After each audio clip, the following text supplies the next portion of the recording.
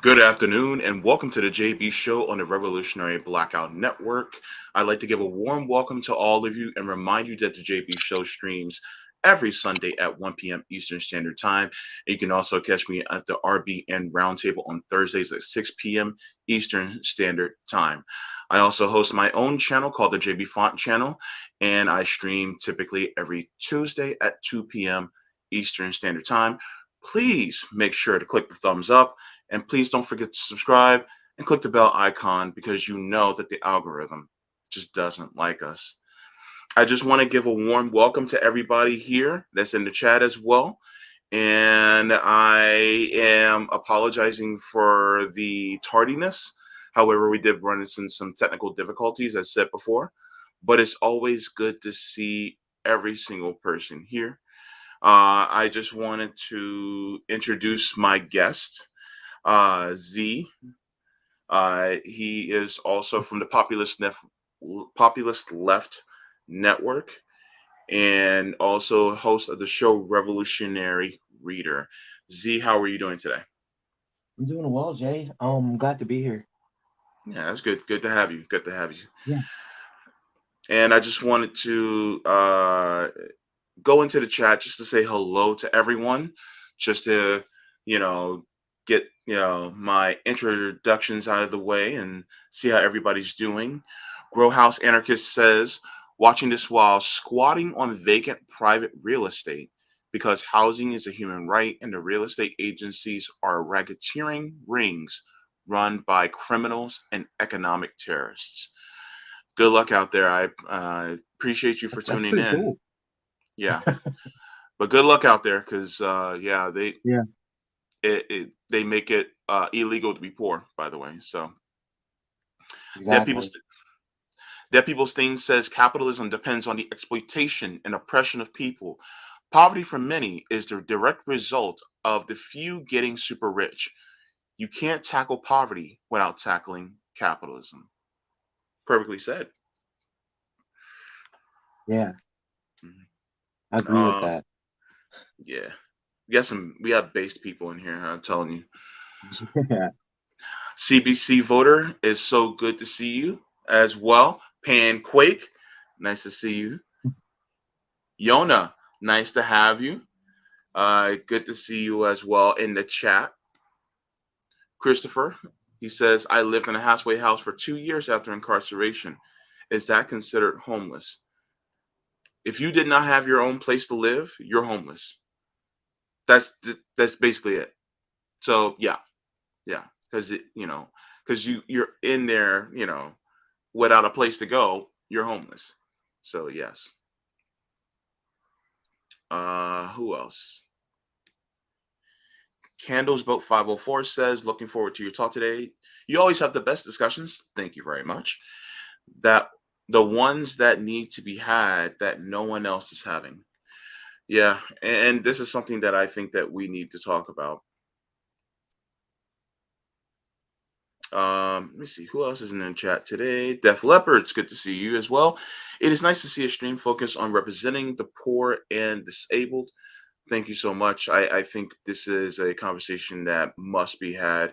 Skeptical Mantis, good to see you as well. Revolution, yes, definitely. Terry, nice to see you. Hello. Valerie, nice to see you two here today. All right. Human Love Solidarity, 10 for Justice published today. Yes, and they're a great resource if you guys are not up to speed and you guys want to know a little bit more about policing and the policies that can be done to help us, including defunding the police. Then you guys want to go to 10 for Justice and take a look at them and what they lay out there. E.G. Butler, good to see you.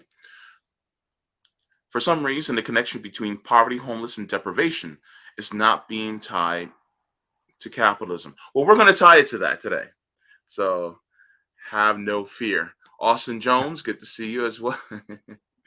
Good to see you. All solidarity, no borders. Eric Gray, nice to have you. Hey, everybody, this is a very difficult topic for most people to talk about. as I have students that I teach that deal with housing instability. Damn. Wow, man. Where Pilgrim, so good to see you today as well. Okay. Mad scientist Mike says, my wife and I had medical stuff hit at the same time and lost our ability to pay rent. We are lucky to have a couple of acres of land to squat on in a tent over 2 years until we got a small house built. Wow. That's That's insane. that is. Corey Lee says, been to shelters and spent time, but have not been on the street. You could literally freeze to death in the winter in Cleveland. Oh, I believe that.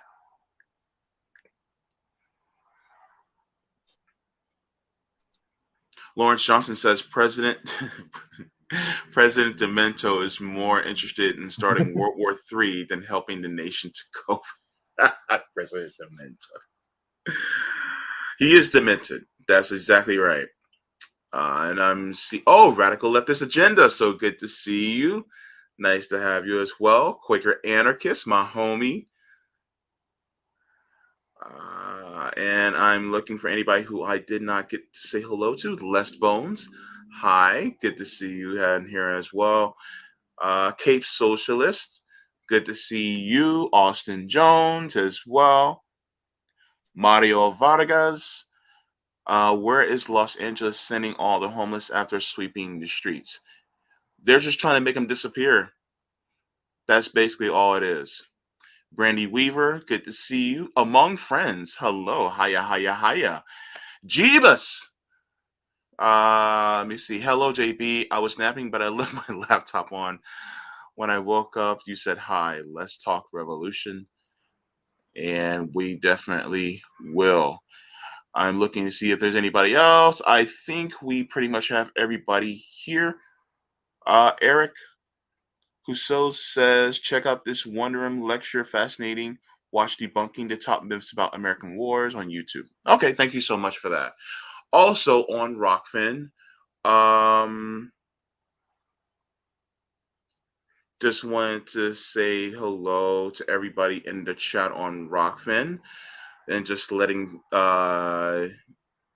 Drege know that this is free on YouTube. So just letting you know. So, okay. So,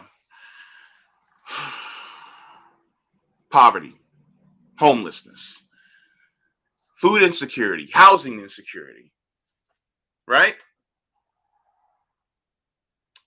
Mm-hmm. Let's go to the tweet that I made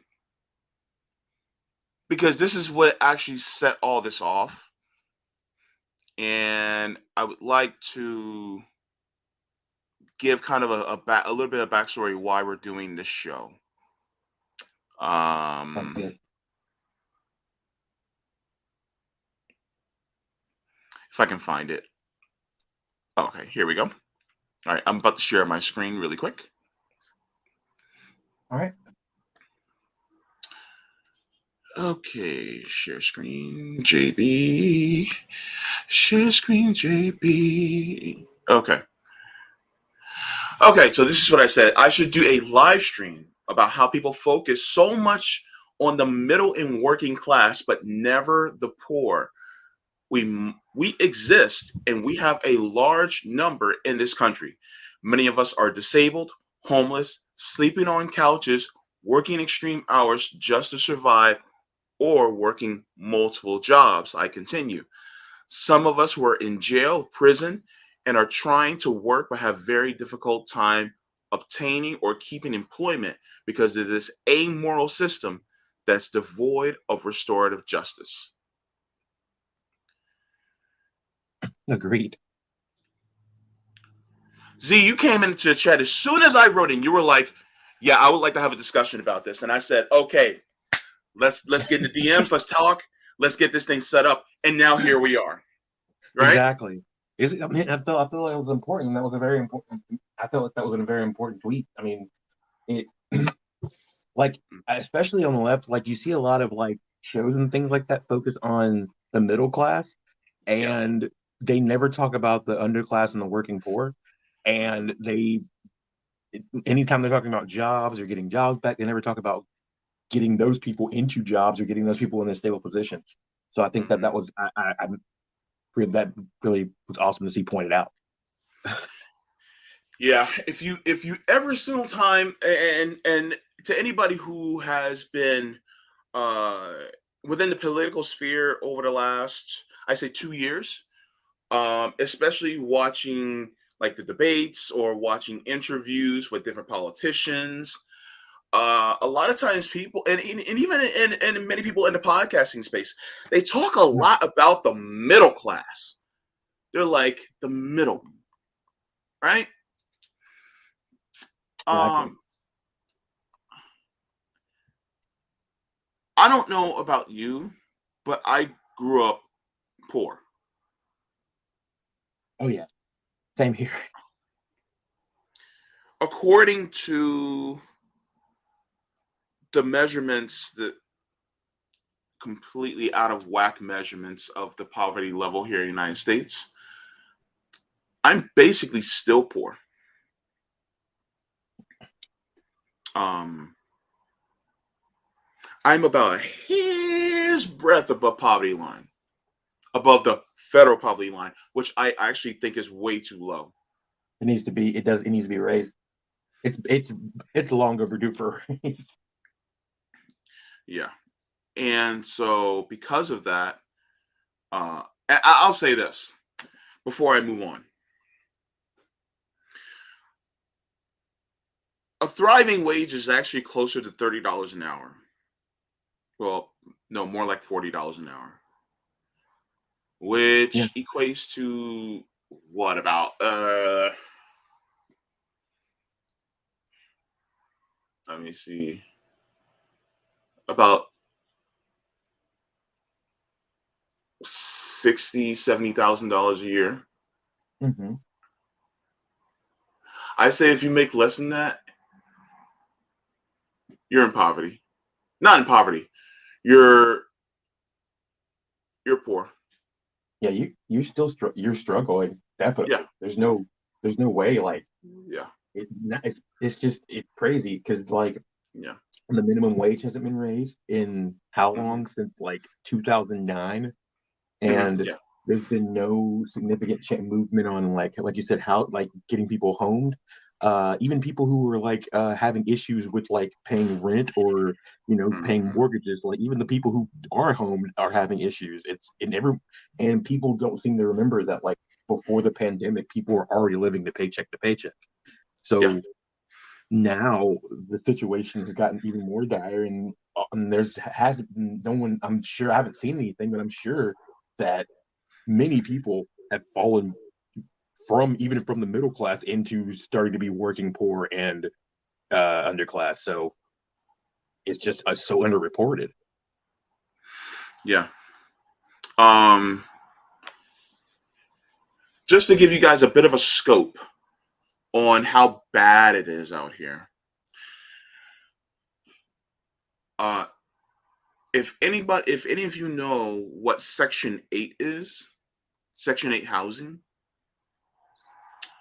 um, Section 8 is no longer accepting applications at this time because the waiting list is 5 years long. Can I make one comment about that?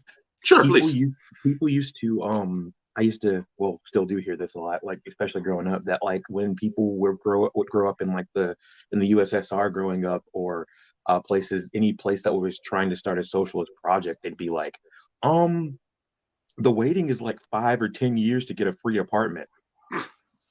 It's like, well, now it's like I'm seeing that here. I'm seeing like they're like, these the grocery lines. You'll be in a bread line for trying to get food, and if you move to Cuba or anything like that, or just and now like it seems like all the things that they talked about that was socialism, and it was just projection because we're starting to see that in our own. We see that in our own society.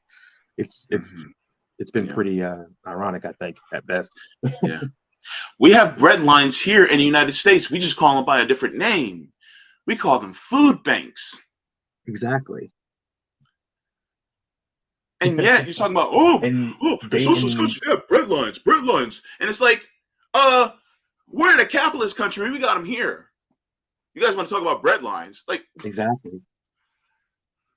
And they were super full. They've been, especially I remember like about a year ago when there was even the mainstream was showing all of the trucks and everything, and even in Texas, it was insane. All of the they were running out of food. yeah, It, it's disgusting, and the thing is, like the worst part is, it's all about people. Like I was watching, I saw that video at Rome yesterday, and that person was like, "It's a choice." It's like, yeah, it is a choice, but it's a policy choice. All of this is the choices of people who are ruling and have power over legislation. Has nothing to do with like regular people. So I love that you brought that up. Thank you. it's no problem. It's just Mhm. it sucks when you see people blaming systematic failures on individuals.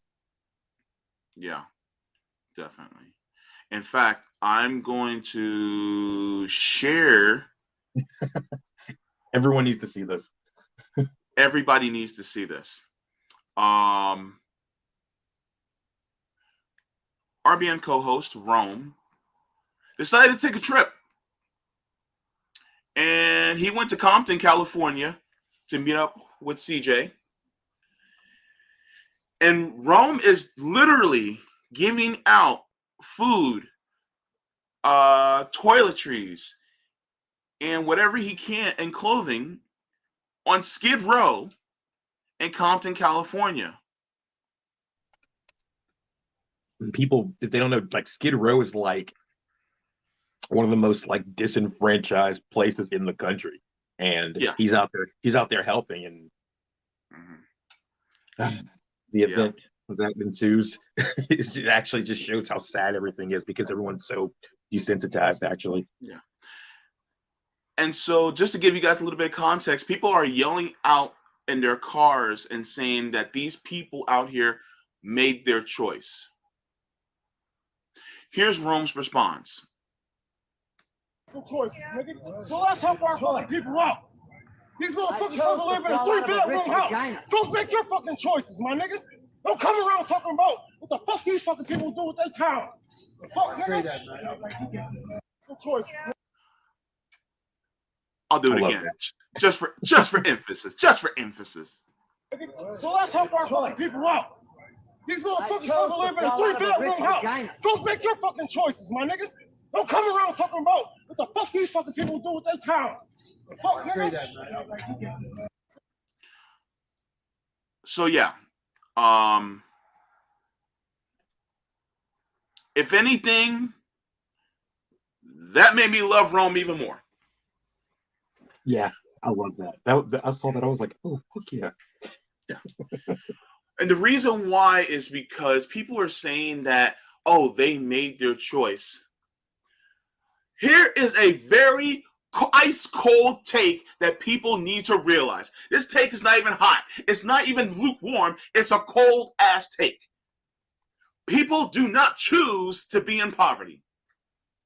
Let's make that abundantly clear. Who in their right mind chooses to be in poverty? Even people who are masochistic don't even choose to be in poverty. Nobody wants to be left out to nature and to the nature's cold. Like, I mean, it's beautiful, but it's not nice when you're just left to the elements. Like, I don't understand why people are like, oh, people like enjoy that being in a tent, like living in a tent. It's like, no, the only people who enjoy that are people who are rich and can just like do that because they feel like cosplaying poor or cosplaying like a middle. Like, there's so many rich cosplayers, and it's like very that's irking too. Yeah. And I know that people are going, and some people who tend to be capitalist sympathizers are going to come in here into the chat and go, "Oh, well, you guys are just jealous because you guys somehow don't exploit like they do." Like, no, I don't give a shit if I don't have what they have. Well, I do give a shit if I don't have what they have, purely for the reason that they exploited their way to get it, and then they manipulated and oppressed people to get what they have. Yes, I care about that. That's the reason why. Exactly. And so, as far as uh, people being out there, it is not because they chose, it's because the system is so bad that it literally put them out there.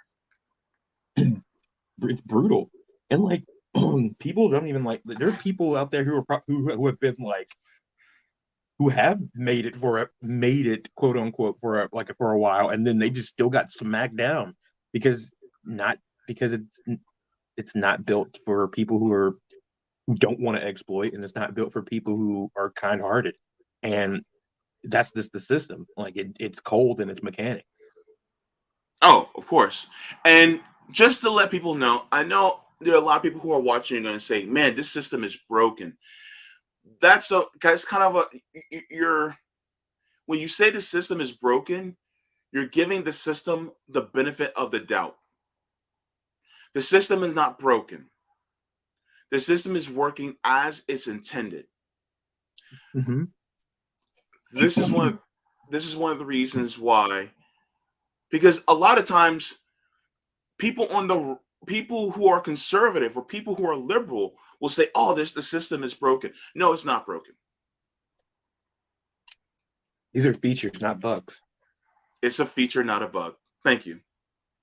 So that's one of the reasons why we harp against this system so much. This system is called capitalism. And it places the profit above people, so much so to the point where if you do not have any resources whatsoever, you're set out to try to survive. And if you don't give your labor by means of slave wages to your master, then you die. So it's either work as a slave or die. Right? What are your thoughts? And it's it's expensive to be poor. Like it's so expensive to be poor. Like you have to keep yeah. you're either borrowing or giving your last all the time, and then like living off of your word. A lot of times living off of your word, so you're having to like pay back what you already owed when you finally get something.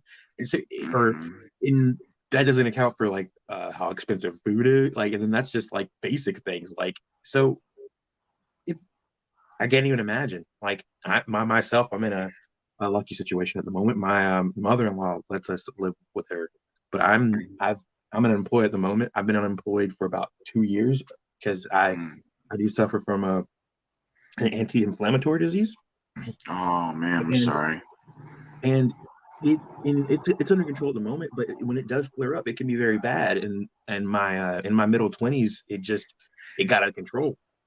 So I was always in between jobs because I couldn't either. Sometimes I'd call out too much, or Wow. and the thing is, it's like disability. I haven't been able to get that yet. It's like it's hard. I was at the moment I was making either too much, or there's just there's so many and the means testing. That's another thing. Tell me about it.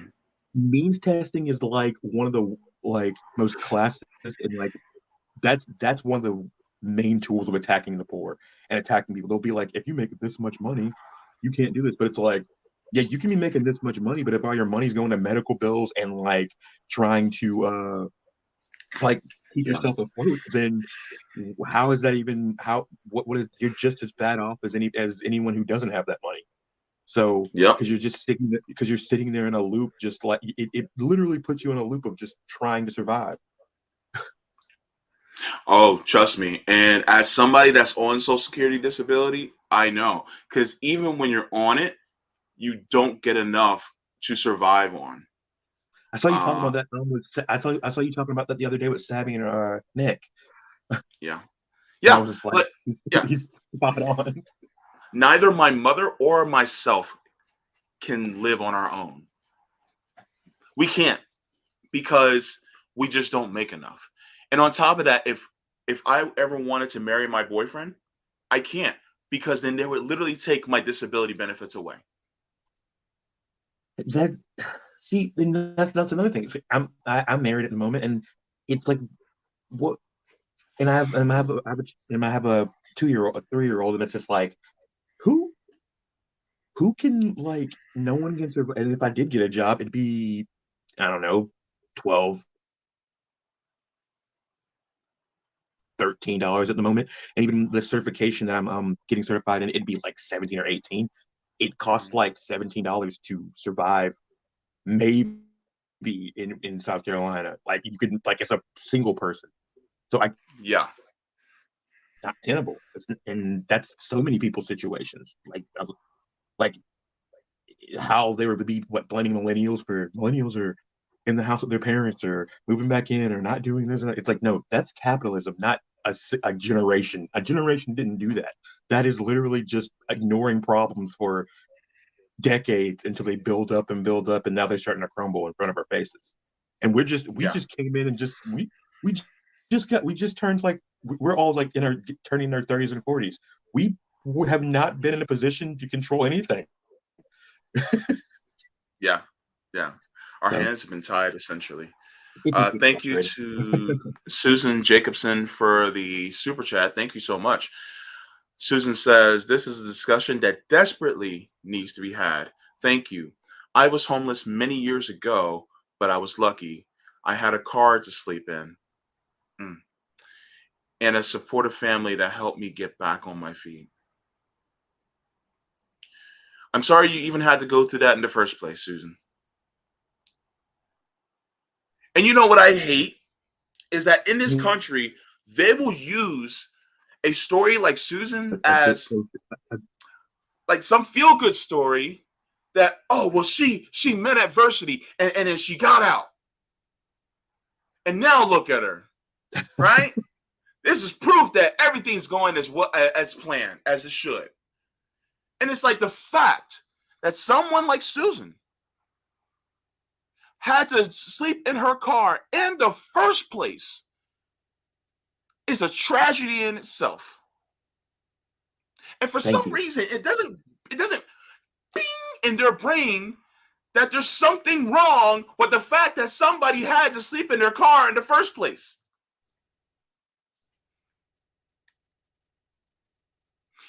In this country, housing insecurity should not exist. I'm going to say it for the people in the back. There's no reason for it to exist. In this country, there is absolutely no reason that even housing insecurity should exist. And all the people who want to build sustainable non-sustainable housing, they want to build affordable housing. We don't even need to build it. It's there already. We have Exactly. all these homes. We don't There's even need one to build them. there's 25 empty houses for every homeless person. Like Oh my God. that how like every I saw that statistic, and I bring it up every time. 25 empty houses, and that's not even counting empty buildings that are considered like condemned that can be rebuilt, and refurnished or made into a home.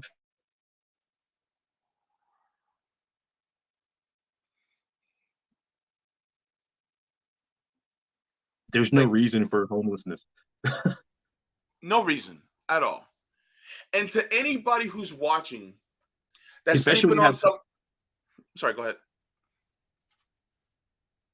oh, I was gonna say, especially when we have You cut out for a second. doing we're doing this because it's it's going to the top, and it's a sick exploitation.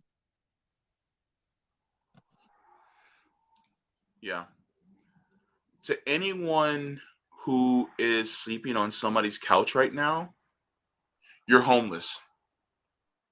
If you're in a motel because either one, you don't have enough money for an apartment, or two, you don't have good enough credit to get approved for an apartment, you're homeless. If it's obvious if you're sleeping out on the streets, but the people tend to forget people Exactly. who have to live on people sleep on people's couches or sleep in somebody's garage or sleep in a motel because there's barriers there from getting an actual home. Those are people who are homeless too. They are. Let's be real. Exactly. That's not even counting like the barriers that people get when they do, like people like being black, like getting redlined, and you do have the cash, but you can't get it because of who you are. Like there's still barriers there even when you do have the cash. Like there's so many loops and hoops you got to jump through. It, it you and people wonder why people are beaten down. They wonder why. I I thought I always I didn't because I didn't realize how poor we were growing up, but like until I was like I didn't have my own room until I was 17. We all me, my three brothers, my mom, my aunt, and my grandma all lived in like a 2 bedroom apartment. So like I usually we slept in the same bed as my mom for like the long so I was like 11 or 12, and then I started sleeping on the couch. Yeah. Uh you don't like people don't realize, and also people don't realize that things like you were saying, the feel good news stories, you have children out there on the news because they were able to raise cash for their fellow students at for lunch and for breakfast at school, like, and the trauma that people have from poverty, and especially being a child, you carry that for the rest of your life, and that affects you for in all your relationships for the rest of your life, just because a lunch lady denied you food in front of the rest of your classmates.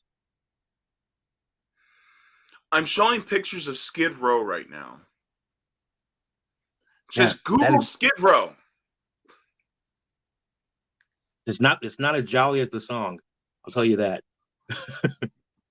Not at all. This is just a microcosm into what people are going through in this country.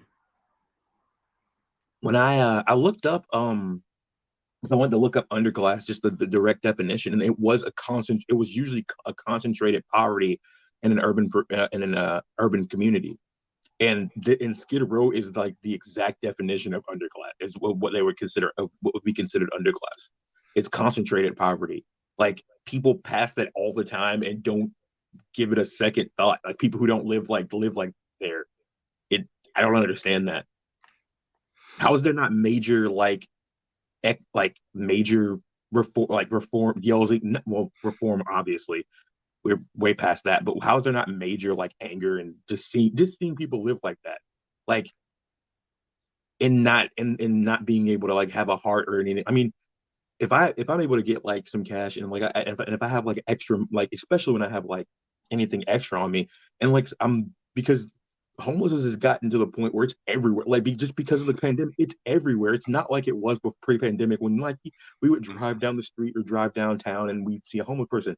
No, outside of every Walmart now, where we are, outside of every like on every road now, there's like somebody homeless. So whenever I'm able to help, which soon I want to try to start getting some mutual aid and things like that going on around here, because y'all have been inspiring the hell out of us to Mhm. to do that kind of thing. And but Yeah. anytime I can help, I mean, try to go give them some cash or go buy them like some food, because it's like it's terrible and all we have is each other. And I think that's a thing that like people aren't understanding. Like the government is not going to come save us. Like we have to start banding together and start raising each other up, because we are the economy, and we are the people who keep everything going. So Yeah. Um, and even then, I was listening to a speech by Dr. Martin Luther King Jr.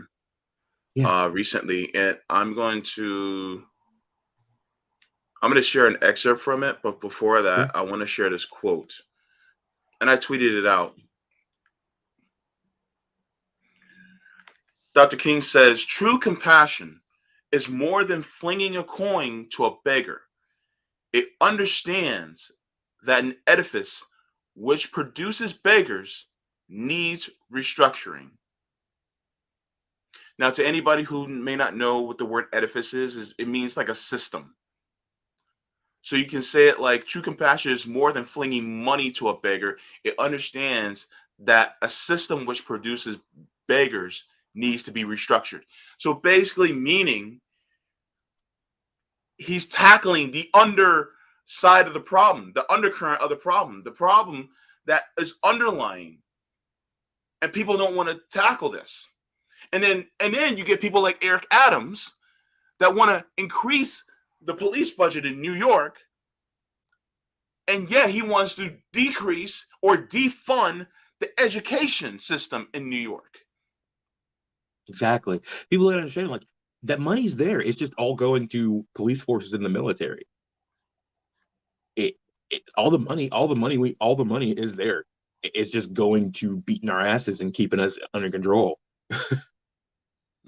And Eric Adams has been like a perfect example of that because like he came in, he's been, I don't know, he was saying that like he's going to treat the city as a corporation, and that he was the CEO. Like he's I don't see a difference between him and someone like Trump or Joe Biden or anything like that. Like they all have that same authoritarian streak. Come in, tell you what's going to happen, what they're going to do. True. No compromise. Mm-hmm. Yeah. And if he's somebody, going back to. Oh, sorry. And they were doing they were doing the mental health push there. We went over that a little bit a couple weeks ago, but it was only for the subway. Like they weren't like it was a very strange thing. And they're going back to he wants to go back to the cops in regular clothing so he can have the appearance of just being a normal person, just a not cop, I guess. mm-hmm. Yeah. The fact that he said that he wanted to run the city like a CEO is a big problem of itself, because CEOs' jobs are to exploit and extract and give back as little as possible. I forgot who said it, but they said that they were like a criminal. The only difference between a criminal and a CEO, they're both predatory. However, one has the CEO has the capital to stay out of jail. And I forgot who said that, but that was that quote hit me really well. I was like, huh, yeah, they're very predatory, aren't they? Mm-hmm. Yeah. So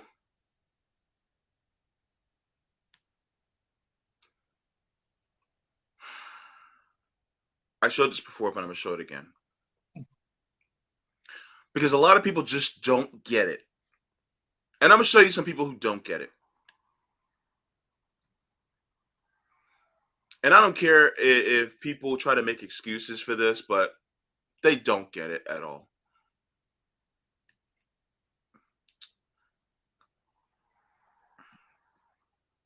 Oh.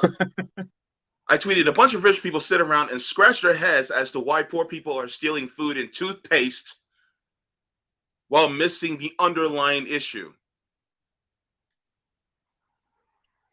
Let's take a look at this bullshit.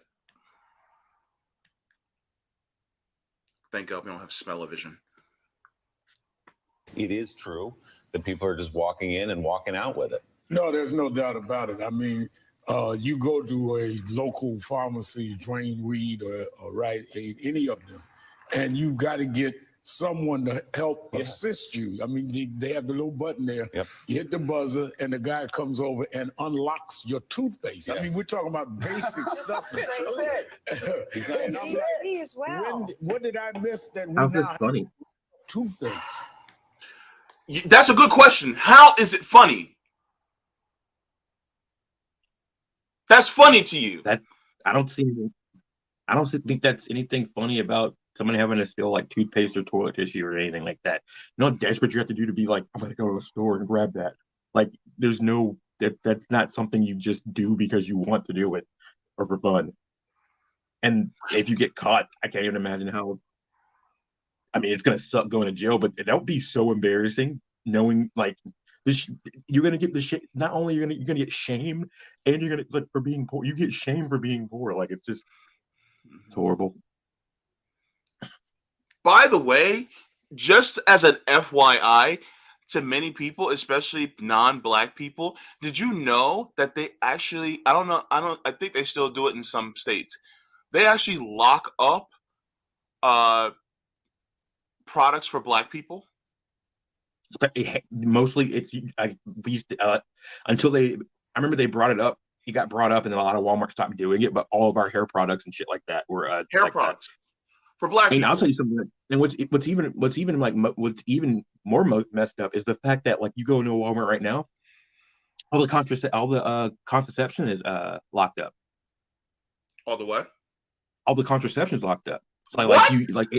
Anything from like condoms to like birth pregnancy tests and all that kind of stuff. So like you're so you're criminalizing being able to you're not getting access to any of these kind of things. So, and then when there's when there's a population, like they say, which is not an issue, but it's a population issue, but you don't want to give people education and the tools to keep, to let themselves know so they'll be able to make more responsible choices for themselves. You want to put them in a situation where they have to not know and just be in constant like fear and about everything.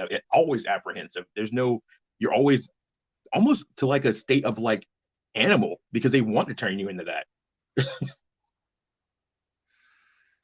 That's like the goal. Yeah, definitely it is. Because then they're gonna arrest you, and then you can go be sent off to work for the state. You'll be property of the state then. Yeah, slavery as what's allowed in the 13th Amendment. Exactly, and that's one more thing. Like they'll be like, we have North Korea has forced labor camps. It's like, so do we. We literally have people working for free to making things. There's a company called Unicore, and if you go there, it's 2 hours. It's in Columbia, South Carolina, and we give prisoners the skills they need. No, they literally make all the furniture that's in Congress. It's disgusting. Hang on.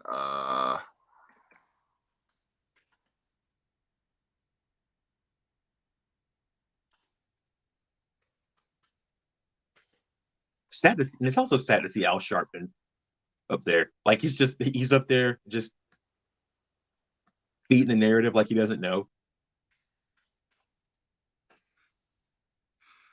Yeah. It's stupid. All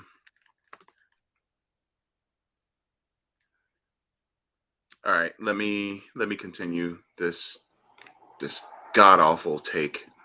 Yeah, and Well, I'm just curious, Rev, really quickly. I mean, Eric Adams said he's going to do his best to fix this. I'm just curious.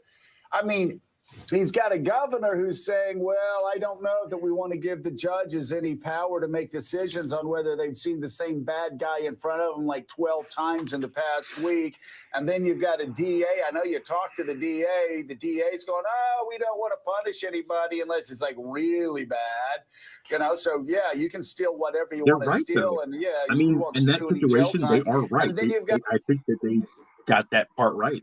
They don't why are we we shouldn't be like bringing down the hammer on somebody trying to steal 10 steaks. What? If I want to steal 2 New York strips, if I go to jail for meat,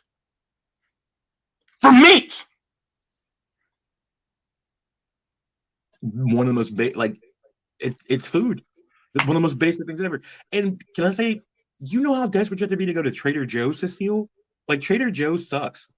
Like, there's just a bunch of jerk liberals there. So that person was obviously really that person needed that.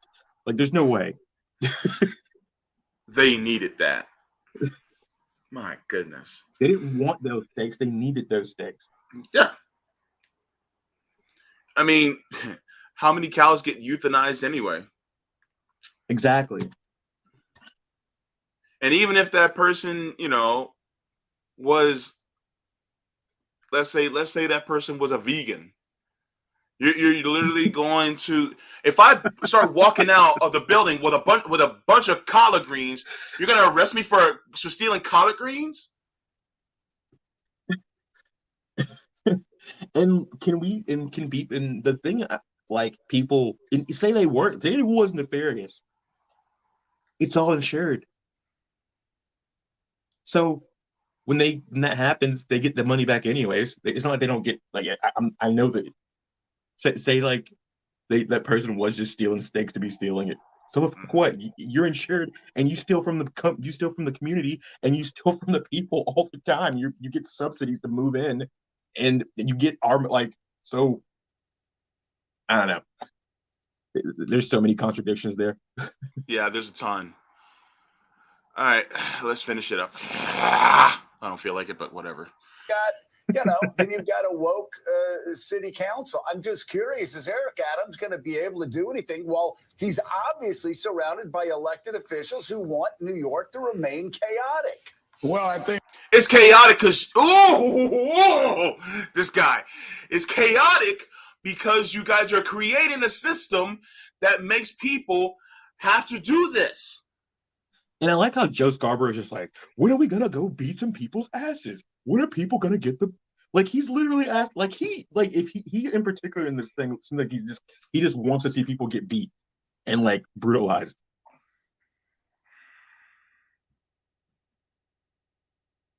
Asshole. Let's continue. Who wants to, I don't understand. Why do you want to see people get brutalized so much? Oh, sociopathic. Deeply.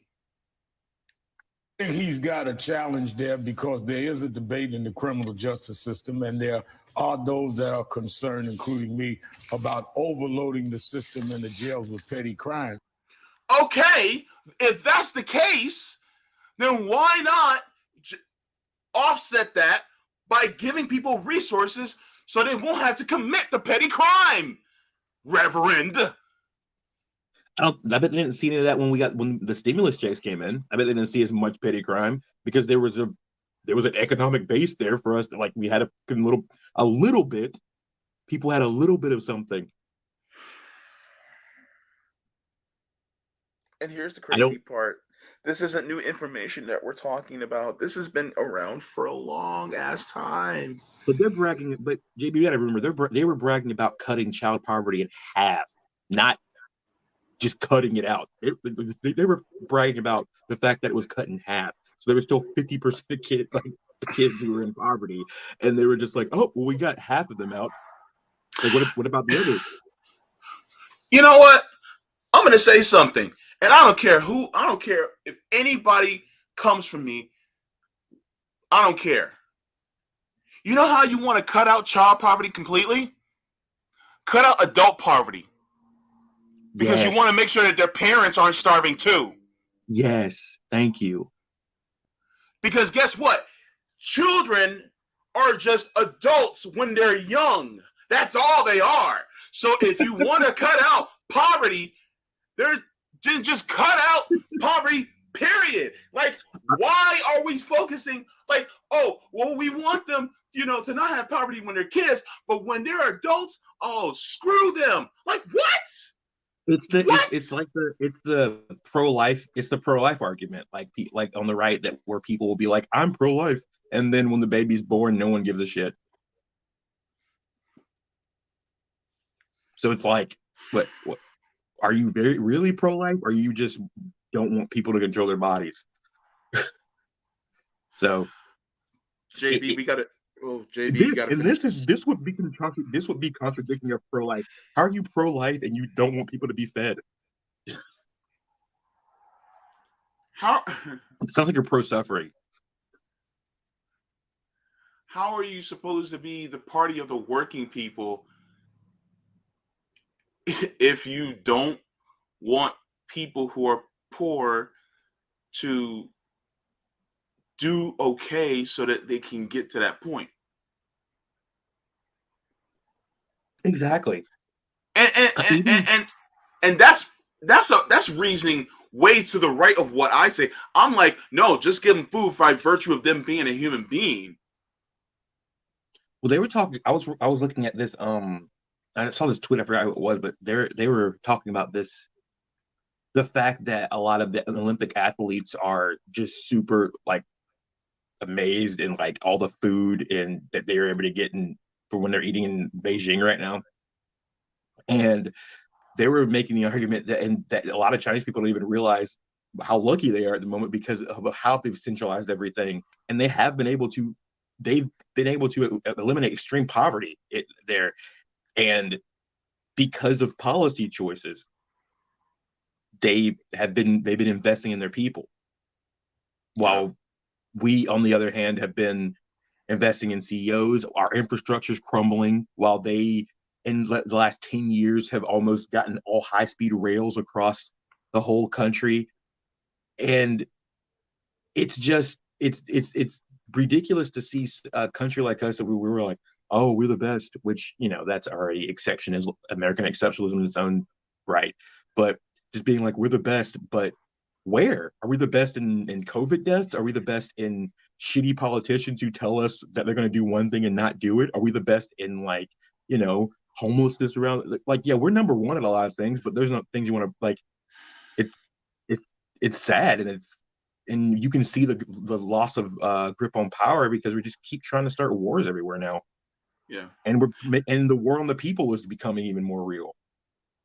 And what pisses me off is the fact that you have people who used to be poor when they grew up and they suddenly got rich and they forgot what the fuck they came from. And they pull up the ladder.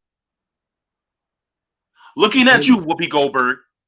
Exactly. I'm saying it because somebody who was poor and who was on welfare when she was a young mother, and also used to do fundraisers for the homeless, and yet for some reason the policies that would actually help at least contribute to the ending of homelessness, and you rail against them.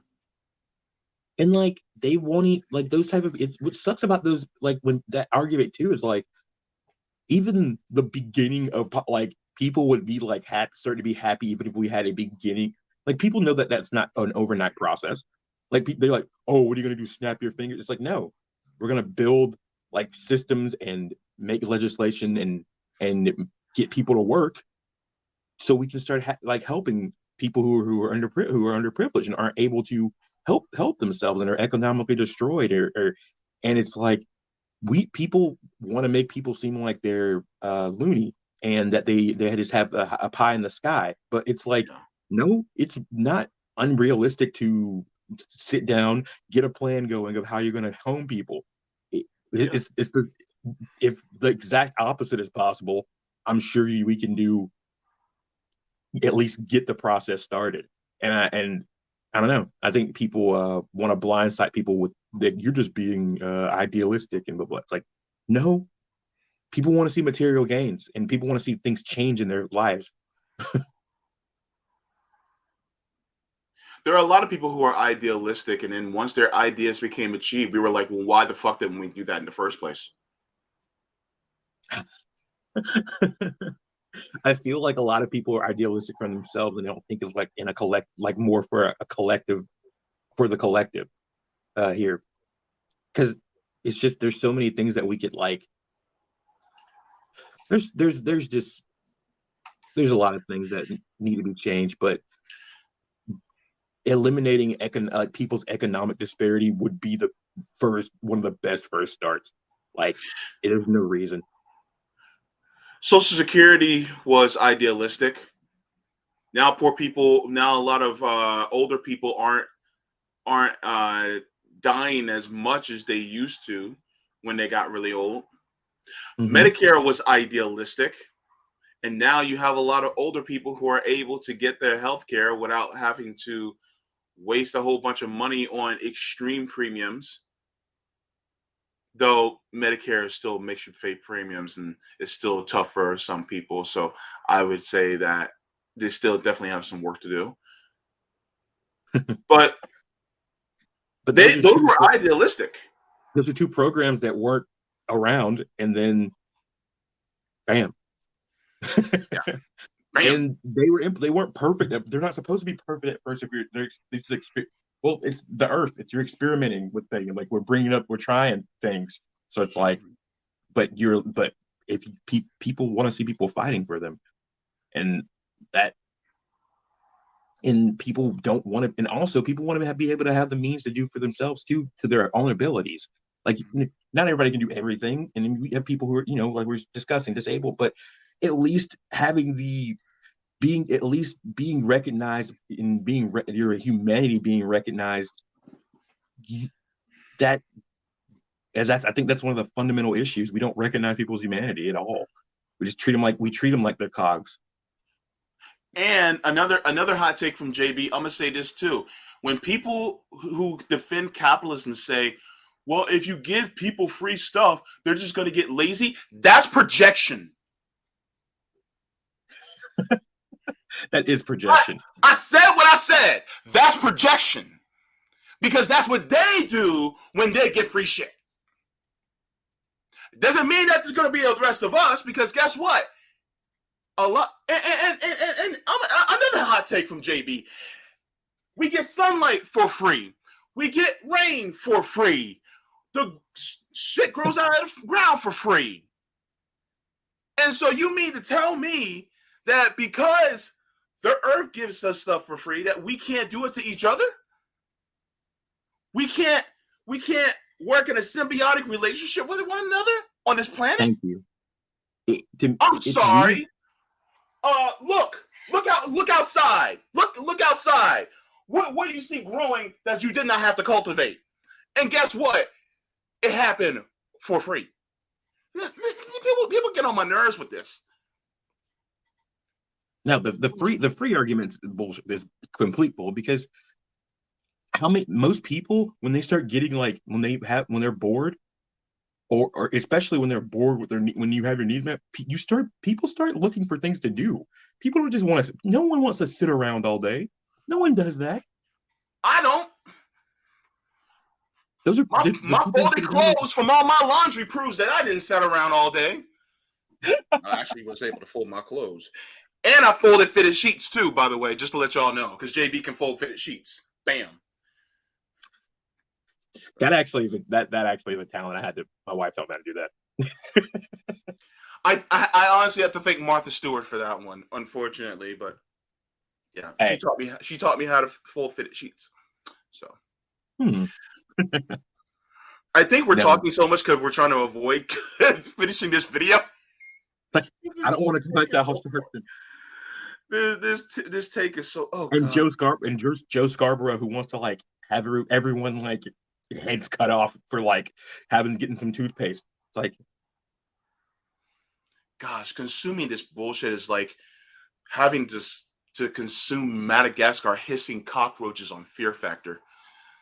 Ugh. Everyone has the thing, and there's so many people who well, I don't know how many people, but there's a lot of people out there who just watch this to watch it, not to analyze it. They just watch it because they're just watching it, and that's one of the things that gets me. I'm like, who's just someone just guzzling this down somewhere? Yeah. All right, let's continue. Fuck me and sideways. But at the same time, you cannot have a culture where people are just at random, just robbing and stealing, and is out of control, and is put on the front page of newspapers, which only encourages others to do it. In fairness to Eric, he's only been mayor 5 weeks. But but even as I'm fair to him, Eric, they're locking up my toothpaste. Go on. I'll say that first the hamburger covered New York Post just makes me hungry. I've been up for a few hours now. Yeah. But it just makes me hungry. There's this sort of just sense that I'll things go just aren't quite right. The city's a little bit out of control. Crime is up in 72 of the 77 NYPD precincts. Crime is up. It has absolutely nothing to do with the fact that COVID restrictions have been relaxed on top of it. And then people are actually they're not receiving any benefits whatsoever. So therefore they have to go out and commit crimes of opportunity and crimes of desperation. That doesn't matter, Like right? literally 2 months ago, we were people were like states were just shutting down again because of Omicron. Not even federal. Like South Carolina, like even here in South Carolina, where we don't even give a shit apparently. But we had schools shutting down. We didn't have enough teachers because people are still getting sick, and people are acting like it's gone. Like it doesn't make any sense. I think that they live in their own little bubble. They do. And this is why I always say, especially people like them, they're the ones who tell you just vote harder. And I'm like, I voted as hard as I possibly could, and I'm still in the burning house. And I'm screaming to get the fire hose to put out the fire because I can't get out. And they're taking a little mini squirt gun and they're like, pew, pew, pew, pew. We're putting the fire out. Watch. And we're like, grab the goddamn fire hose. Get it now because we're burning alive. And they're like, pew, pew, pew. like a bunch of idiots. I can't have my toothpaste locked up. Toothpaste. Oh my God. These people, ooh, I'm telling you. Whoo! It's infuriating. Because, and here's the reason why it's infuriating. If I have to go to a CVS and steal toiletries to survive, something is wrong with the system. People just don't go and steal toiletries just for the fun of it. And if they do, they're kleptomaniacs. And they need to get some counseling. But they're very far they need in help. between. Yeah, either way, there's help is needed somewhere. Like you don't just go do no one just does that. Like and even if they are just doing it, they still probably need help mentally. Like so either way, there's something lacking there from the system. It's like are you helping them with their mental? Are you helping them with their materials? Are you helping them like why are people doing this? Nobody ever wants to look at the source of the problem, just the symptoms. And people are getting tired of that. Even like regular people are noticing these things. And I'm going to say regular people. I mean, there's people who don't consume like independent media like that, or who are still having to watch mainstream media. They're starting to pick up on the fact that wait, these people don't represent me. Like they don't. What? They don't know what it's like to like have to like put some money aside to like for either a medical bill or for dinner or for like or if you have to. They have insurance. When Bernie Sanders, like a lot of people like I doubt any of them voted for Bernie Sanders, but it's like a lot of people are like it's like they're gonna have health insurance when they wake up the next day after he loses. So just things like that. So of course they're not fighting as hard, and they're the type of people like when they do even when their one grievance is met, then they drop out of the movement. So. I want people to take a really strong look at this photo here. Look at these heroes. Heroes. Mm-hmm. They arrested 12 individuals following an enforcement initiative targeting shoplifters. The arrest led to a closure of 23 warrants and the recovery of $1,800 worth of merchandise. What's the merchandise? I see Pampers. I see detergent. I see lotion. I even see some Dayquil, Mucinex. I see shampoo. And I'm not talking about the expensive shit. I'm talking about this cheap shit. The Suave at the bottom shelf. That's what I'm seeing. And you mean to tell me... I see Irish Spring. Irish Spring? Yo! Who Who arrests somebody for Irish Spring? Hell, I would give it away. Like, holy, like, are you kidding me? I don't even use. Oh, these people are. It's like you put the person in the back of the car, you drive down the road, let them out, and give them their stuff back. Over Irish Spring? It doesn't. Over Suave? People went to jail for that. People went to jail for this. And Pampers like that. Like Pampers are in the baby food.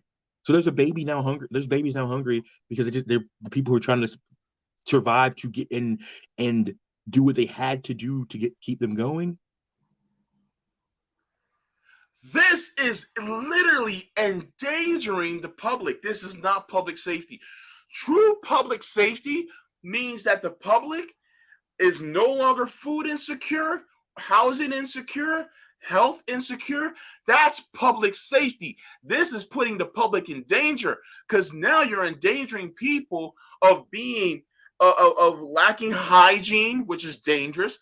They're also lacking in food, which is dangerous. I mean, look, this is what actual, taking public safety away is. And I think it goes back to what we were talking about earlier. It goes back to the fact about it being like poverty being criminalized. It's people. How is this? That doesn't make this makes no sense. This all literally just has to do with property. It's like it's not yours. So even though we made like a bunch. Look at this. What is that? Look at it.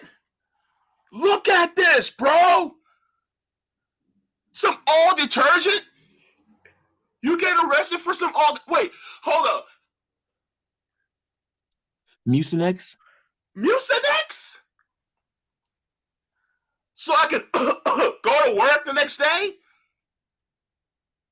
Okay, the Aveeno, okay, I guess you can get arrested for that because that's some good stuff. The Vino is a little bit more on the other shelf. It's a little high end, especially if you got the oatmeal inside. Like, real talk, these jokers deserve to be clowned and laughed at. Yeah, there's no like you should get berated for this. Like, there's no Alka-Seltzer. Y'all gonna arrest people from Alka-Seltzer? Like you said, in a public safety world, a world where public safety, like you said, was like a thing. Like they would get in trouble and lose their jobs for this shit. Better watch out! They're gonna arrest you for changing your baby. Dove. They deserve to be spoken of in a condescending way. This is deserved. And they're proud. Because you know what? This is unconscionable.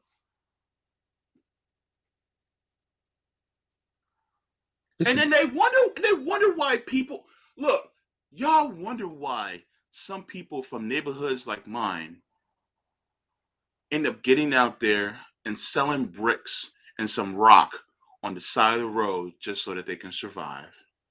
Y'all wonder why. Exactly. And then they're still getting your foot stomped on because you've been forced to do that. And why do you think people are like, oh, they're shooting back?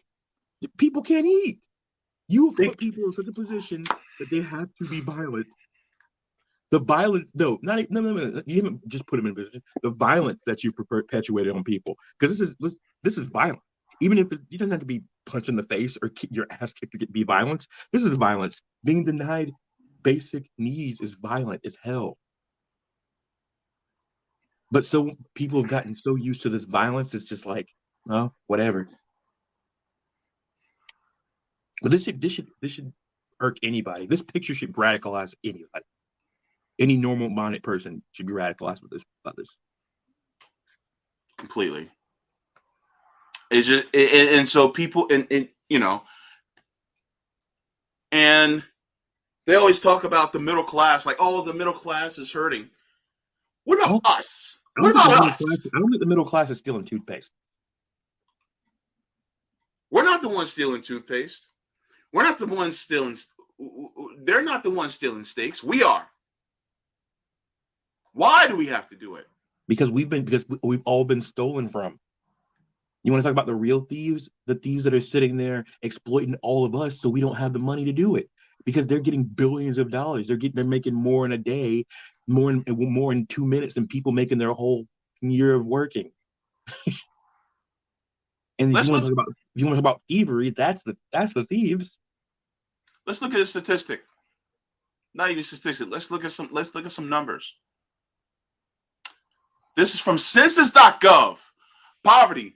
The official poverty rate in 2020 was 11.4%. It's actually way higher than that. Oh yeah. Because people don't report it either. And then people don't, like we were talking about the shame. Like a lot of people aren't going to just be like, I'm poor. It says in 2020, there were 37.2 million people in poverty. Approximately 3.3 million more than in 2019. That's how many people live in my state. Like a 3.3 million. Like that's insane. Like that was added. There wasn't anything, there was no negative increase. There was a positive increase. So it was a net positive. So it's like, what are we doing? It's like we're left on our, like, it feels like we're just like people have been left on their own. And it's like there's nothing is being, like, literally nothing is, like, what are we doing to where we're like spent, like millions of people are just becoming homeless or dropping into poverty. But hey, Cory Bush stood on the stairs and pushed back the moratorium eviction for not really. Among non-Hispanic whites, 8.2% were in poverty in 2020. Hispanics had a poverty rate of 17%. Blacks had the highest poverty rate, 19.5%. Asians had 8.1% poverty.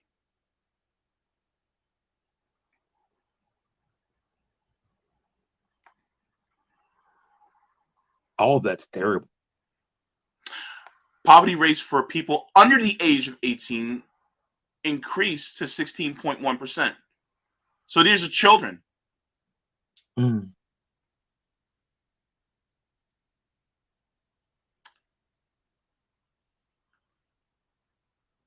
does it say? It increased for the elderly too, apparently.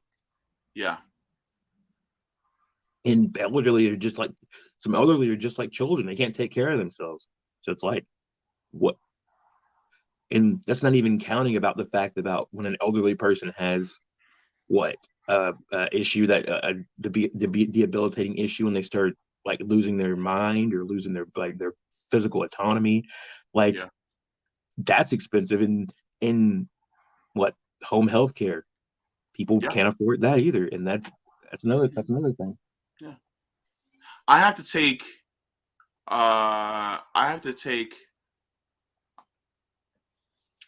a transportation to and from dialysis every day. I have to go. Yeah. I have to pay a copay each way, and that costs me about $60 a month. $60 I really don't have.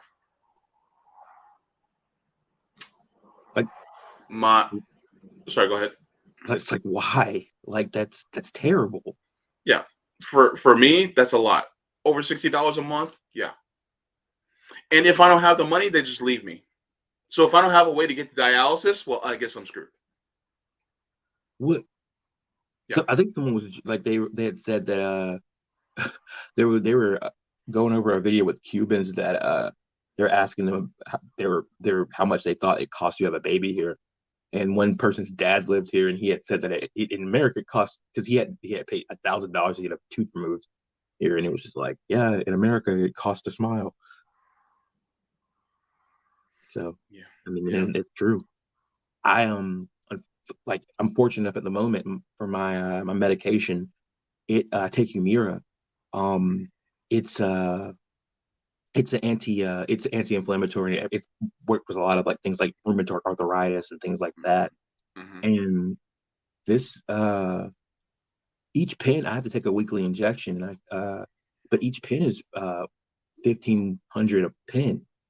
Like so monthly, I'm going like monthly. It's a $6,000. Like this with no, this is just out of pocket. And luckily I'm on their program, so they send it to me for free at the moment when I have to prove my taxes and stuff like that. But if if I didn't have that, I'd be out of luck because I don't know anybody who has $6,000 a month to just it's terrible.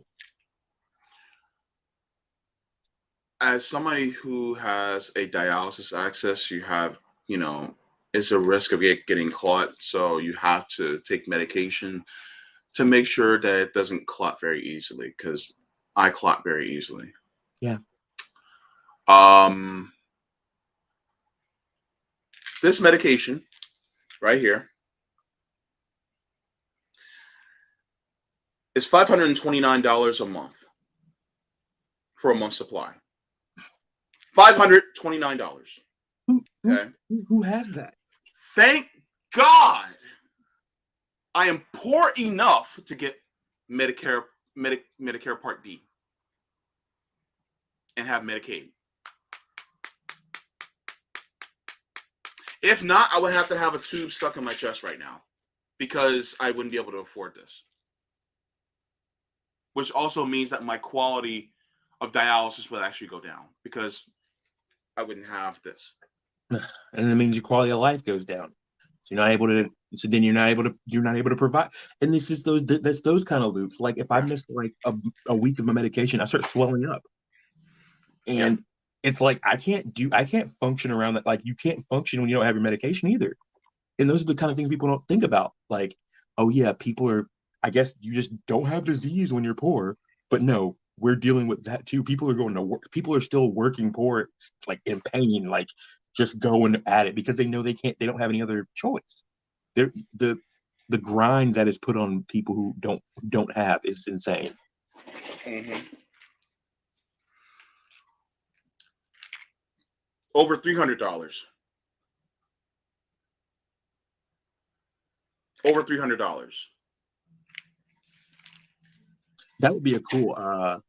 Now that would be a fun panel. Everyone just shows their medication and just goes, "This is how much this is." Like that. Like. Yeah. like a guessing game. Like how many thousands of dollars of medication do you have in your house? And it's like, now who had insurance? And like no one raises their hand.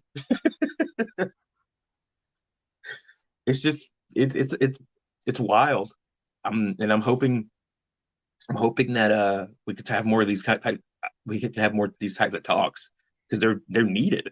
Like people, these are the kind of talks people don't want to talk. They don't want to go over because it is hard. It's hard to talk about like poverty, especially when people are in a mindset and you've been raised your whole life to think that you don't know. Like you're even told when you're poor that at least you don't live here, at least you don't live there.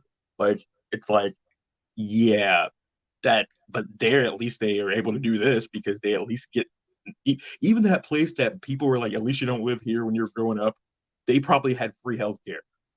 So I always base it on that. I'm like, yeah, even like it's just a bunch of like, even if I didn't have at least I would have the healthcare. At least I would have the automatic house. I mean, it might suck, but I don't know how people can like wake up and think that they're in like the best nation, or which doesn't even exist. There's no such thing as the best nation, but such a thriving nation, like economically. But then you wake up and you are trying to figure out how you're going to eat or get your next money to pay bills. So it's just like, doesn't make any sense. Yeah. And, even in some of these countries that they decry as being so much worse off than us, they give things like paid family leave. Exactly. How can those countries find how can those countries find the humanity to do that, and we can't even like what is PTO here? Like you get like I think like maybe a couple days. Yeah. I wish that we had a home ownership level of 90% in this country. I wish I owned my own home. That's the rate in Cuba too. There's 90%. Like I did a TikTok about that the other day, and I was like Really? about a month ago, and there was just like a bunch of like 70% of millennials own their own home in China, like 90% of home ownership in Cuba. Like, and I saw this thing. I don't know if it was Luna Oy, and she was talking because that's when when she was on Twitter, people were getting on her about the fact that she had like a plot of land, and then she was like, "No, you don't understand. Like, any of the people who have the rural country in Vietnam are allotted like 200 acres." It's like, wait, what? 200 acres? No, it wasn't. I don't know if it was 200, but it was a lot of it. It was a lot of land. It was enough land to do your thing, like enough to at least grow some stuff. Like they allot it to you, and she's like, we got this. It's crazy. I just know there were. I'm not sure if it was a lot of land. It was free land. That's all I know. Why am I here in this country? Every day I question this. Why? We gotta figure a way. People are like, go back. They're like, once you just leave, it's like, I'm gonna get that. If you can fund me, I'll leave. Give me my plane ticket and pay for my oh my god, my pass. Oh my Exactly. God.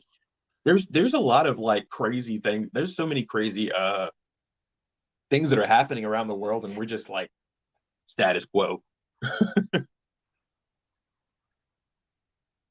Oh my god, man.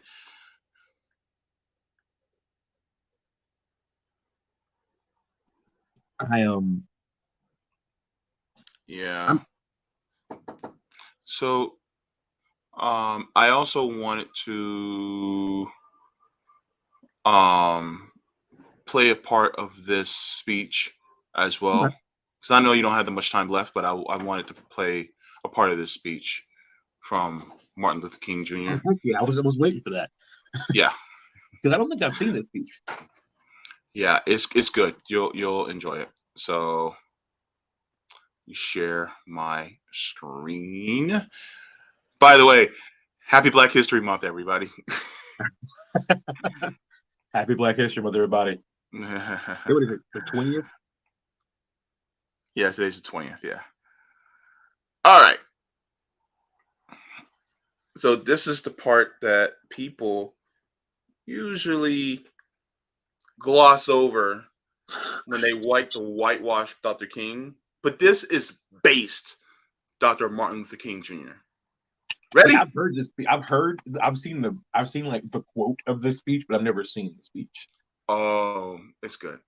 All right. And encourages us in the greed and exploitation which create the sector of poverty in the midst of wealth. Again, we have deluded ourselves into believing the myth that capitalism grew and prospered out of the Protestant ethic of hard work and sacrifice. The fact is that capitalism was built on the exploitation and suffering of Black slaves. Hold up! Hold up! And whenever I say this, people are like, oh, you're wrong. It was never capitalism that had slaves. Well, we had slaves, slaves have been around for many, many, many years. Africa had slaves too. Africa had slaves too. How did we build this country? And and how does capitalism operate? It operates at creating the most amount of profit while putting the least, while paying the least for workers. It's like America is literally like there was so much cash because there was free land and free work. Like there's like you can't get around. Like, how'd you get the land? You murdered everyone who was here already. How'd you get the money? You made people work against their will and took all fruits of their labor.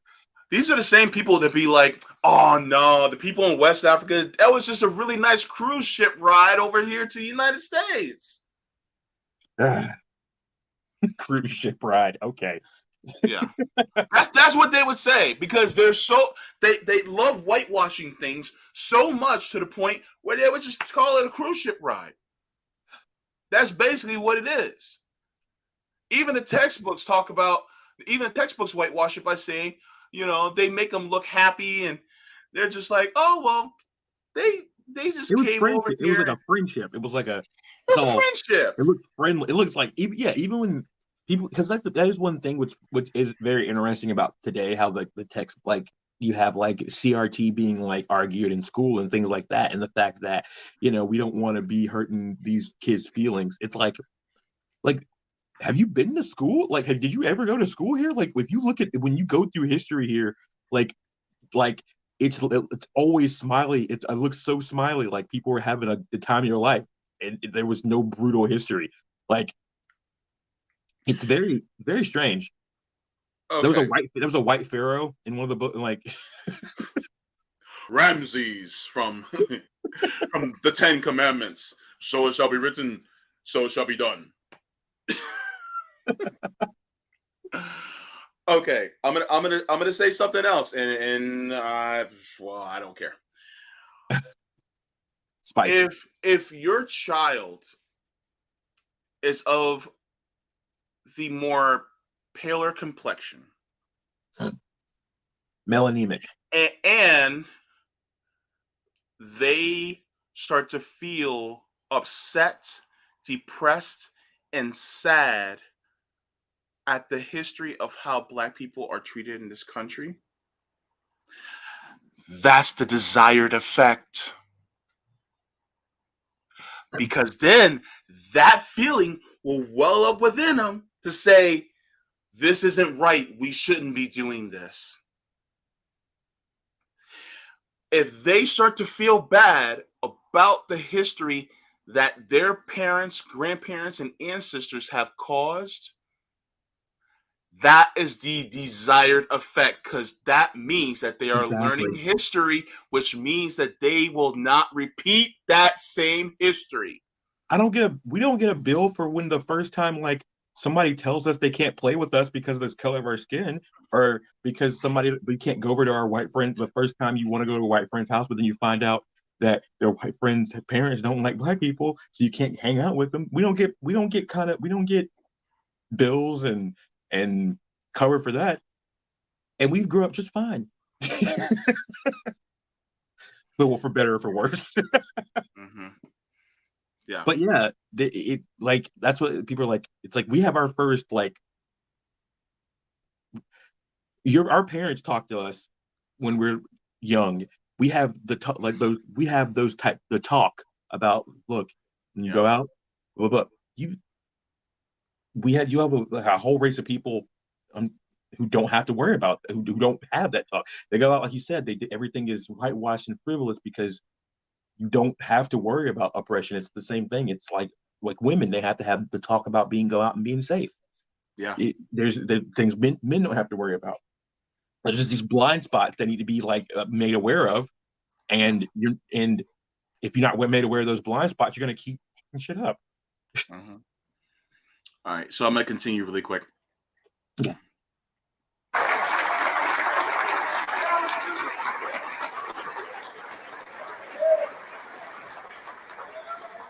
And continues to thrive on the exploitation of the poor, both Black and white, both here and abroad.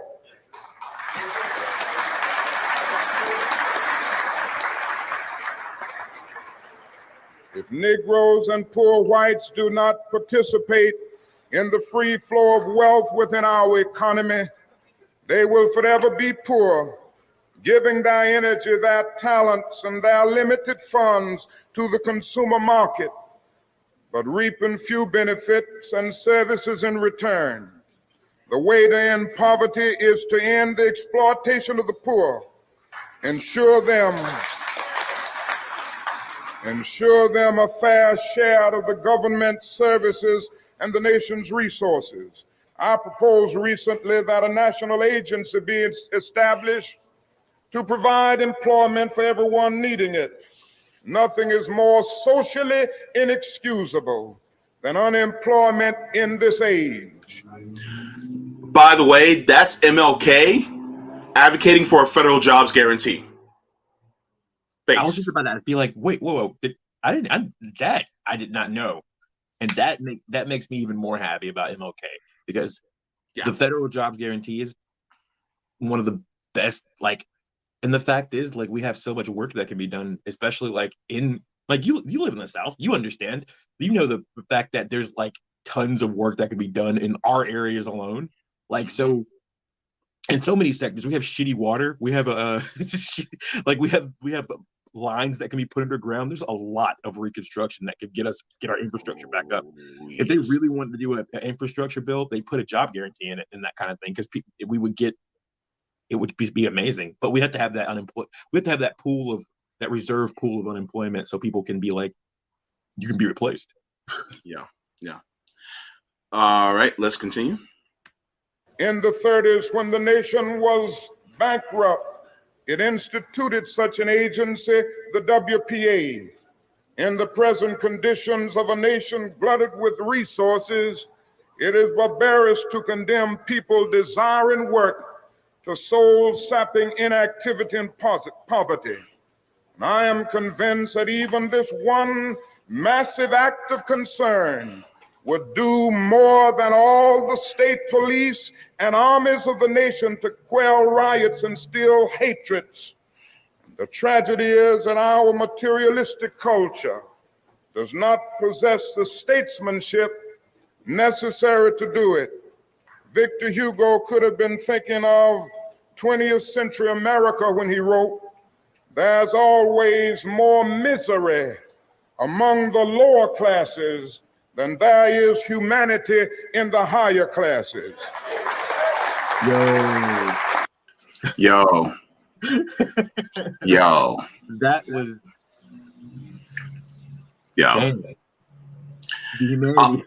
I'm gonna put this speech and link it in the chats. Please do, I'm gonna watch it a little bit. I'm gonna probably watch that a little bit later. Yeah, I listened to it before the stream. I listened to the whole thing, especially when he even spoke to the FBI from the stage. He did. He did that. He's like, I'm going to tell you. Yeah. He's like, I'm telling y'all right now. Like, Dr. King was a G. And people talk about, he was nonviolent. He wasn't completely. He started to walk away from that. Yeah, he was like, yo, don't let this appearance fool you. You get blasted. Yeah. There's this book I've been meaning to read. It's Malcolm X and Martin Luther King, and it's called The Sword and the Shield. Mm-hmm. And I really want to read that, because I think it describes Malcolm as the sword and MLK as the shield, and you need both. You can't go in the war just with a sword, and you can't go in the war with just a shield. Yeah.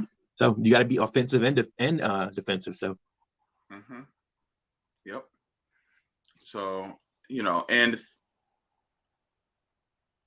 the thing that I respect is that he started the Poor People's Campaign. Yes. And who else was talking about poor people? Exactly. We're like they say in the hood, we out here. That's actually a critique that one of the critiques that everyone we're talking about the Black Panthers is the fact that, not the critique, but like one of the things that set them apart from the rest of the organizations that were for Black people is that the fact that they were mobilizing the poor. It wasn't a group that started up from the top. like the NAACP was. I mean, all the good it did do at the beginning when it started from Web Du Bois and everything, but it still came from like elite and things like that. Like the Black Panthers was mobilized in the ghettos, in the streets, in the areas where people didn't want, like the areas where those people didn't want to go. Like the people who would preach about the poor but wouldn't actually go deal with them. They like the idea of helping them, but they didn't like the smell of them apparently. So I think that's like it. I don't think we see that a lot. We see people who like to act like they like the idea of the poor, but when it actually comes to being around the poor, they don't. If you don't like the smell of the poor, then clean them up. Thank you. Clean them up. Give them some food. Can't think worse than people's attitudes. You're sitting there upset that the poor, have dirty clothes. All right, let them use your washing machine. Or if you have enough money to invest in a laundromat, okay, get the laundromat and start making, and let the laundromat do in a time that is for free washing. Yeah, if there's people who have skills that they can, like so many people could, like, I don't know.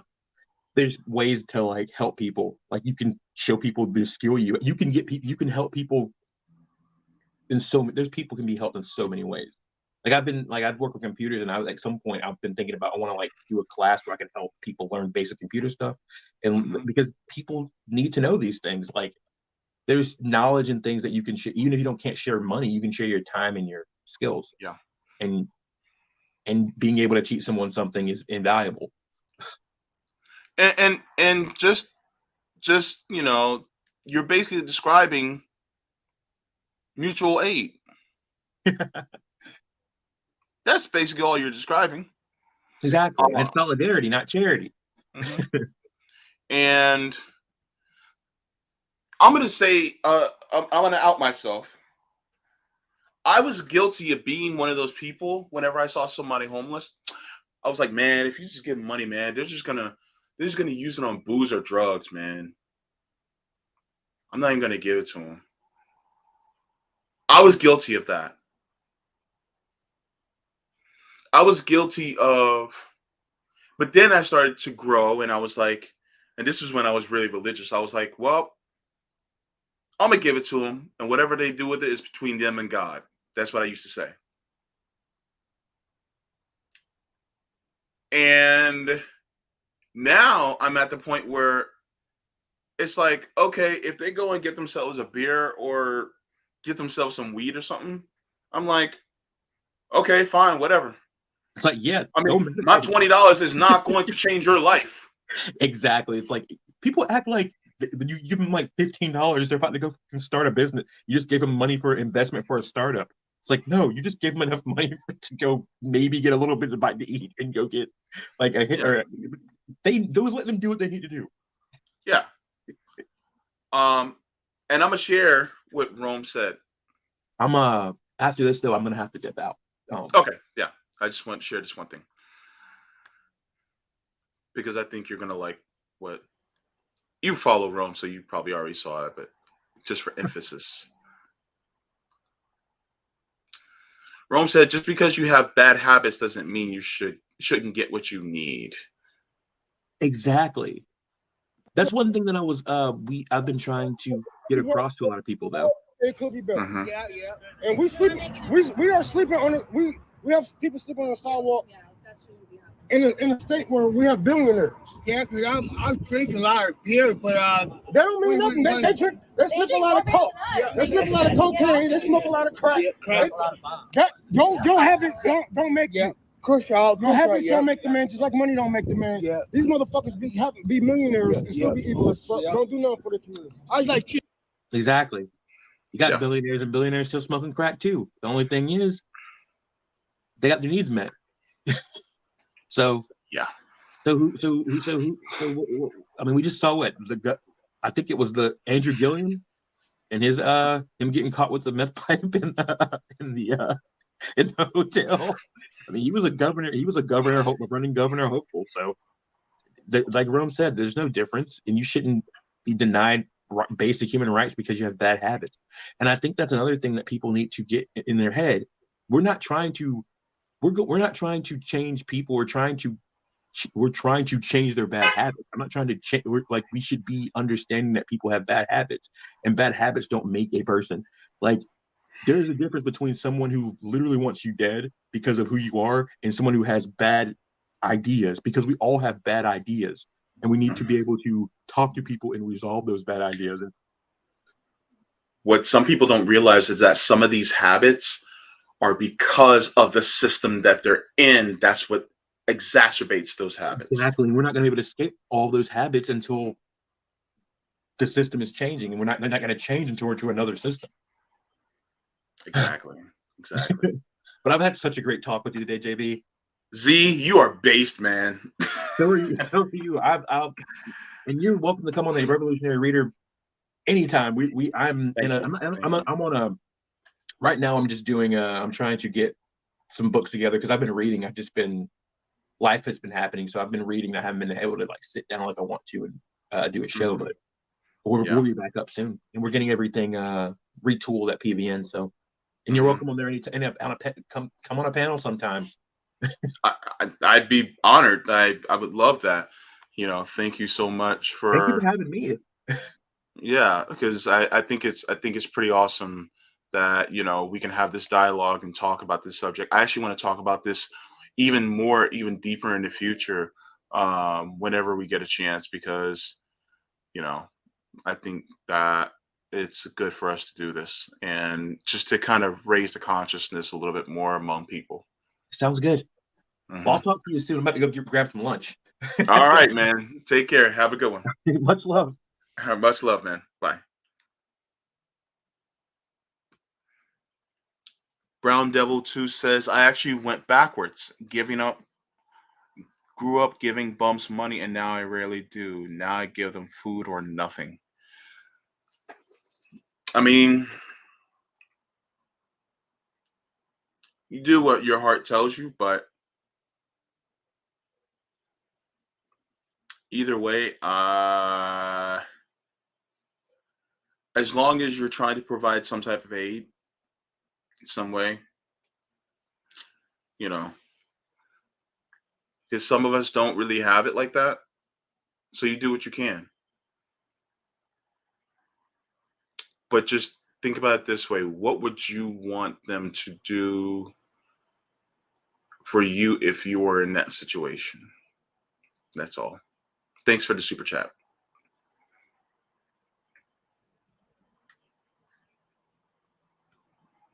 And yeah, Alex. Yeah, definitely. Not everybody can. But to the ones that can, it's great. And besides talking, we talk about mutual aid all the time on the channel. You can go to mutualaidhub.org. You can donate to Rome's Tour for the Poor. You can do some things on your own. If you want to raise a few funds and go out there and do some things for people in your community, it's just, you're taking it into your own hands. You're taking liberation into your own hands. I think that's one of the things that has been taught to people like me. That's, helping me to, get myself into more of the revolutionary spirit.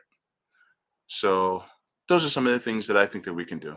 And that's actually a good question, because we need to be asking ourselves that question. So thank you very much for that, Alex. I appreciate it.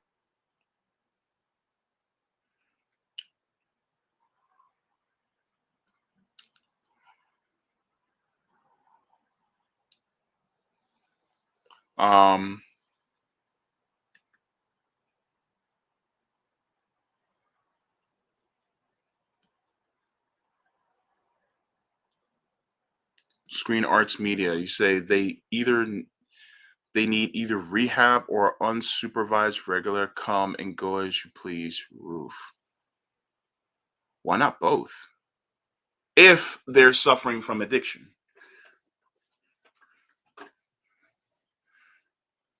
And a come as you go please roof is a home.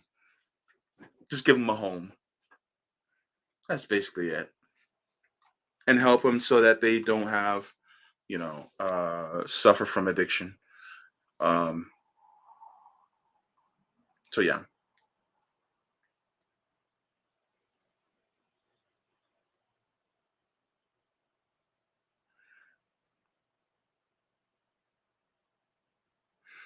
This is base, Willem. How about offering up a few minutes to talk to them? Means a lot to someone to be treated decent. Thank you. They're humans too. Unfortunately, they're seen in society as somebody that should not be seen.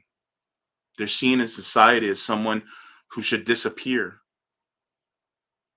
They do the same thing to people like me that are disabled. And so because of that, I empathize with them.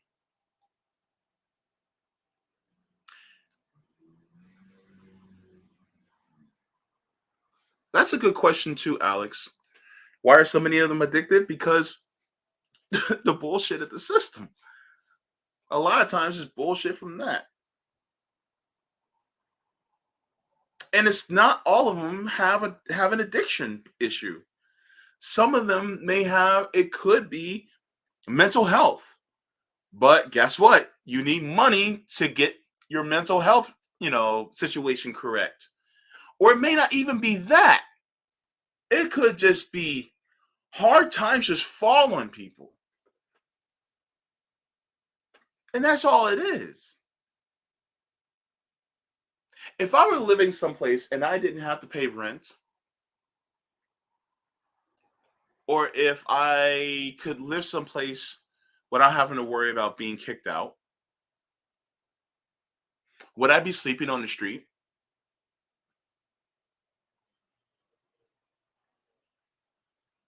I doubt many people would.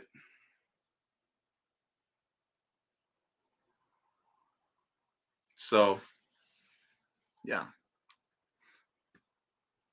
And thank you for helping people with what they're dealing with, and thank you for being in chat because you see these things so much more intimately than a lot of us do.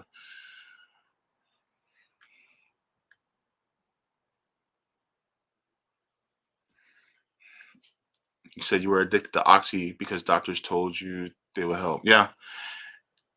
And those addictions sometimes start with the physician.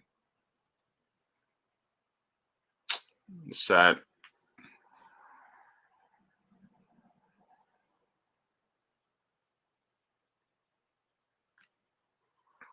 Evolve NYC. Did I say hello to you earlier? If not, hello. Good to see you. You don't know where someone else is coming from ever, and we need to start from a place of compassion. That's where it has to begin.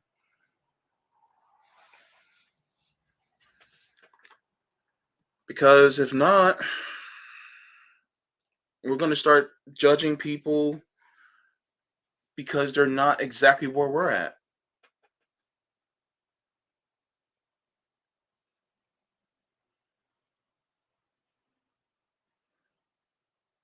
We can't allow ourselves to be desensitized to the suffering of others. When we do, that suffering grows and it expands. And our world gets significantly less just, less empathetic, less compassionate. At least don't allow it to happen with you. And do not allow it to happen with the others around you. They speak in a way that lacks compassion or kindness. Check them. Check them.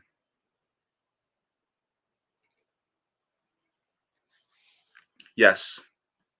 That's basically what I'm saying. You said it better than I could. Thank you. But basically, yeah.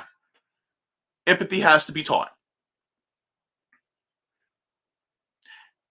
And as far as I'm concerned, every single one of you that are watching right now are empathetic as hell. And which gives me faith in humanity. Thank you. I just encourage you, as well as myself, to teach empathy as well whenever you possibly can, because that's how we make the world better. We leave the world better than we found it.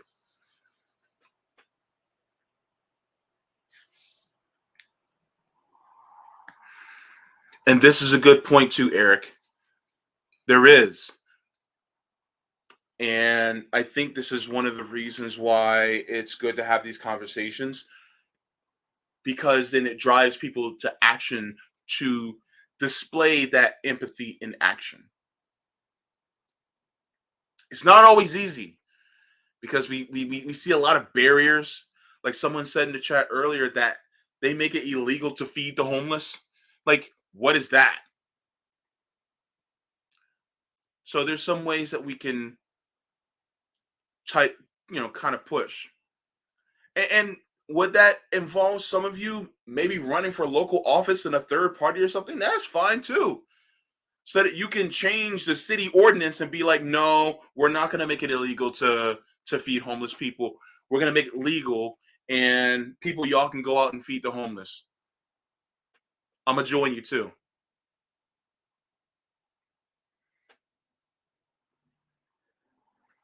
It's more than just sometimes defying the law, but is to make it so that compassion is the law. Instead of making a system of kindness the statutes that we live by within our given country or territory.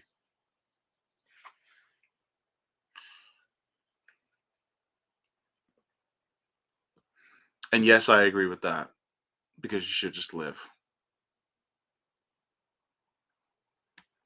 And I am a fan of truly good trouble. And yeah, I want state-sanctioned peace.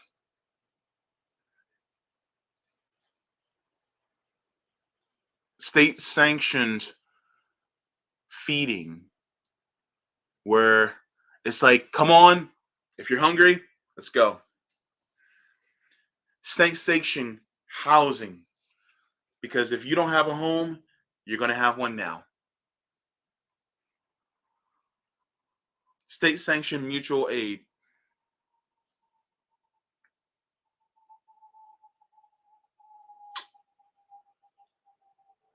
Yeah, a Department of Peace. Yeah.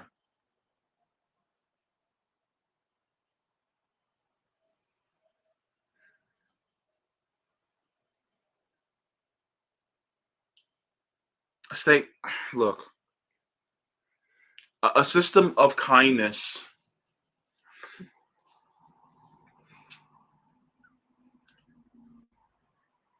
that means realizing that everyone also has the same needs that you have, and you're willing to facilitate it so that everyone has an abundance, not just you yourself. Because when you get to the point where you start to think that only you yourself or the people close to you are deserving of abundance, then that means you're willing to allow people outside of that circle to suffer. And then you put yourself in a mindset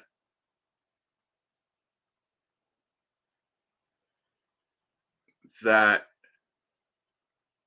it's their fault, and you allow the system to put the blame on the people when in all actuality it's a systemic issue.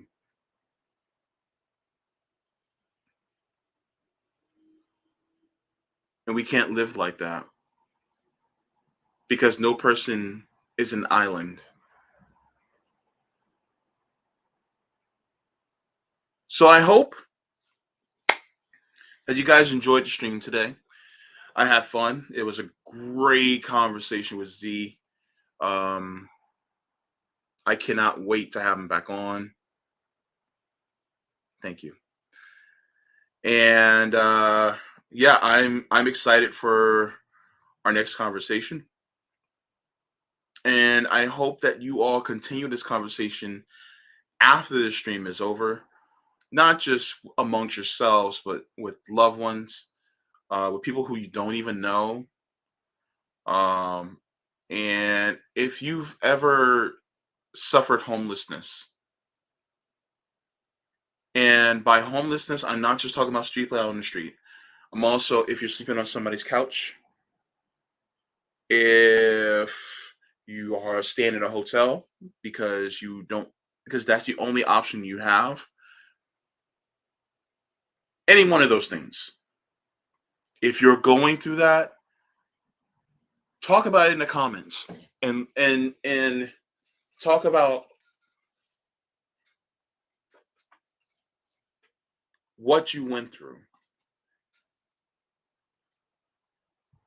and what you would like to see in the future for those of us that are going through these things or who have went through these things. And not even talk about the people who are housing insecure. And by housing insecure, I mean you're always in fear of losing your housing because of lack of finances.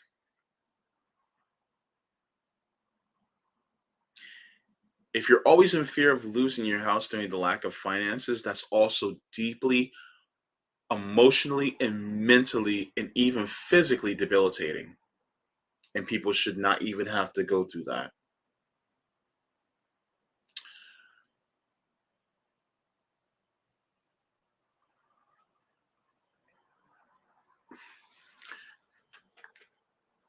And I'm going to give Evolve NYC the last word before I go. You all are special as fuck, and someone loves you.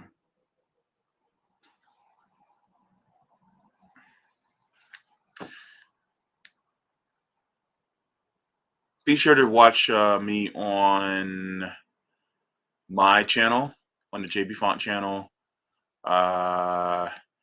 You guys can see me interview Nico House on Tuesday at 2 p.m. Eastern Standard Time. So if you guys go to my channel, you guys can go there. You guys can give me a sub if you like. I'm just below 800, but yeah, it's going to be an interesting conversation that we're going to have on Tuesday. So I hope to see you guys then. Also, make sure to watch the Nick and CJ show tomorrow evening. That is 8 p.m., I think. Stay tuned. Click the bell icon. And also, I know Sabby Sabs is doing a couple of shows today. I think she's doing a guest on a couple of shows today, so be sure to look out for her on that. So, much love to all of you. And if you are going through something, please let others know so that we can give you some mutual aid, if possible, because you shouldn't be going through this alone. Tag me on Twitter and I'll share it. I ain't got nothing, but I got a voice.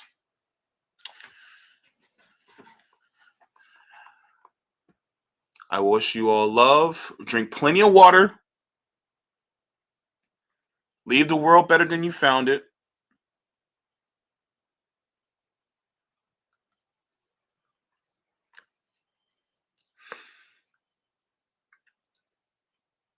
And smoke them if you got them.